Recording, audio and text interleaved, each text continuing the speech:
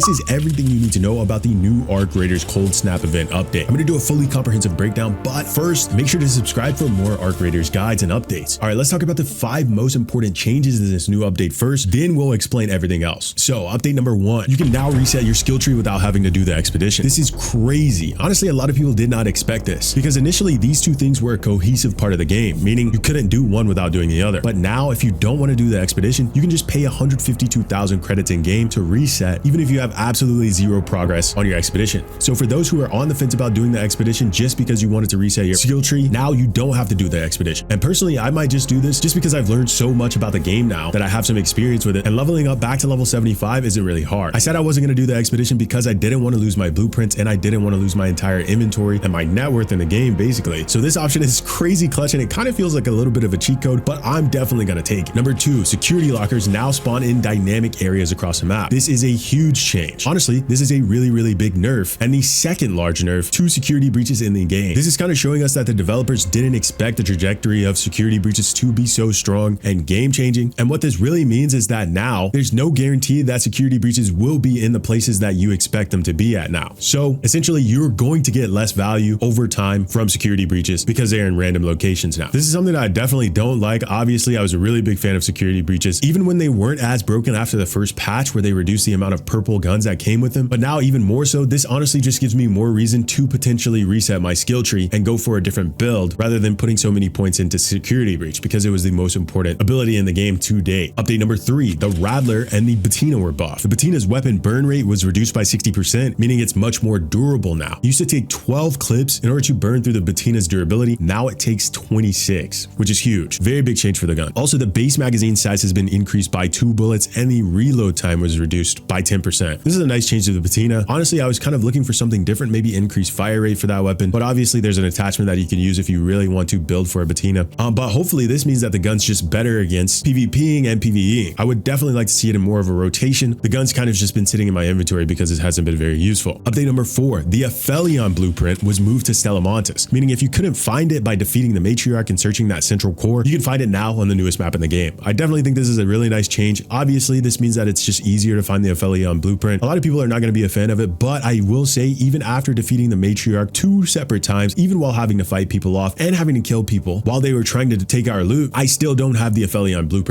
so that means even if you defeat the Matriarch, there's no guarantee of getting that blueprint, which is something that I didn't really like. I think that the Matriarch should have dropped multiple Aphelion blueprints, not just one each time it died, but this is another additional change that I am 100% down for. An important update number 5, you can now crawl into all of the hatches in the game. If you got downed before this patch and you tried crawling into a hatch, sometimes the little ledge would cause you to slip and not enter the hatch within time. And this would make you fail your extract, which is terrible. But now you can safely extract while down via all hatches in the game. These are definitely the 5 most important absolute game-changing updates, so I 100% wanted to talk about them and get them out of the way first. Now let's talk about a couple of more smaller updates that are impactful as well, but not as dire. So obviously the major one is going to be the new Cold Snap event. So the Cold Snap update plays out like a 2x event where there are increased chances of you finding things like blueprints and the loot value is increased, and there's also double XP. But this event comes with a stipulation. In the Cold Snap event, you actually take frostbite from staying outside for too long. So this means that you have to go inside buildings every 2 minutes or so, otherwise you start losing health and you can just die. It's a cool little twist to the game that adds additional difficulty, which is nice. And also there's reduced visibility because there's a snowstorm. Next, they also added the locked gate blue gate event back.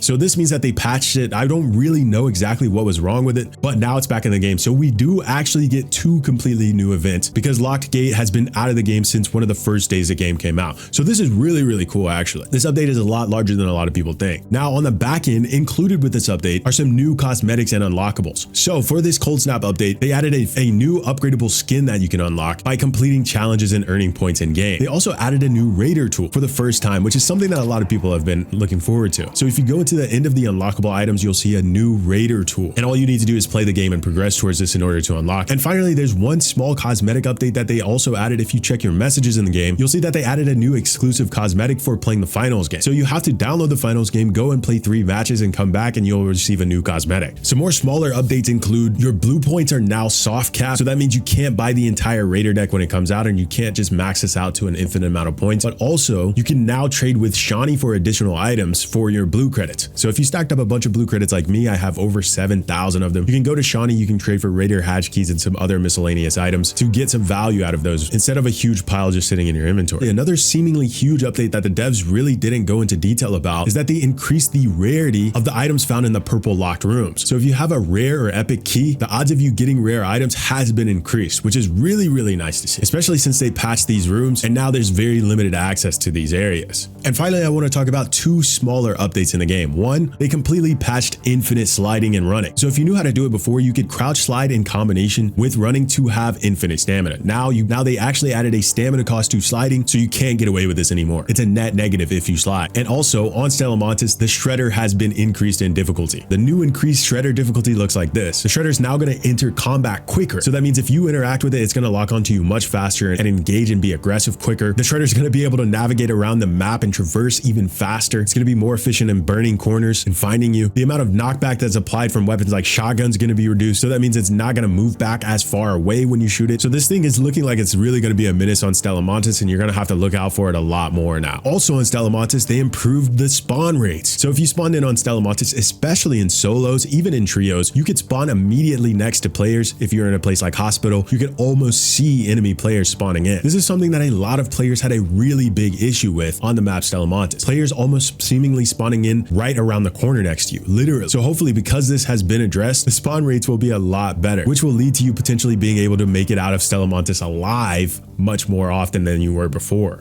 This is a pretty nasty update, I'm going to be honest with you. I'm liking a lot of things that I'm seeing in the update. There were an absolute ton, I think about 100 smaller patches and fixes, including things like the effortless roll skill now provides greater stamina cost reduction, meaning that it's a better ability to build into. The calming stroll skill now applies to moving while ADS. They fixed various collision issues on the maps. The number of simultaneous footsteps sounds you can hear have been increased and their priority is heightened. They fixed an issue where footsteps in metal stairs became very quiet when walking slowly. They improved directional sound for arc enemies. They fixed an issue where gas, stun, and impulse mines did not play their trigger sounds or switches their lights when triggered by being shot. They fixed various collision, geometry, VFX, and texture fixes. They increased the number of possible Great Mullen spawn locations across all maps. The electromagnetic storm lightning strikes sometimes leave behind valuable items now. They added some general crash fixes. You can no longer breach doors while down, which was a glitch. They fixed some movement issues, like where climbing ladders over open gaps could cause automatic detachments. Slight stamina cost has been added for entering slides, and acceleration has been reduced when doing a dodge roll from a slide. They added an option to toggle ADS. They added new cinematic graphics to enhance visuals for high-end PCs. The character customization is now more in-depth. You can now rotate your character. They added resource tracking for expedition stages. They fixed zipline issues where you get stuck interacting with them, and an absolute ton of other miscellaneous changes. So there's some nice quality of life changes that I love to see in this game, and also some nerfs that I guess were needed, but I'm kind of on the fence about. But that's pretty much all of the major updates that you need to know about the new Cold Snap event released in Arc Raiders. If you enjoy Arc Raiders updates, guides, or tips, make sure to subscribe for consistent uploads. Much love, goats, and thanks for joining me in the dojo.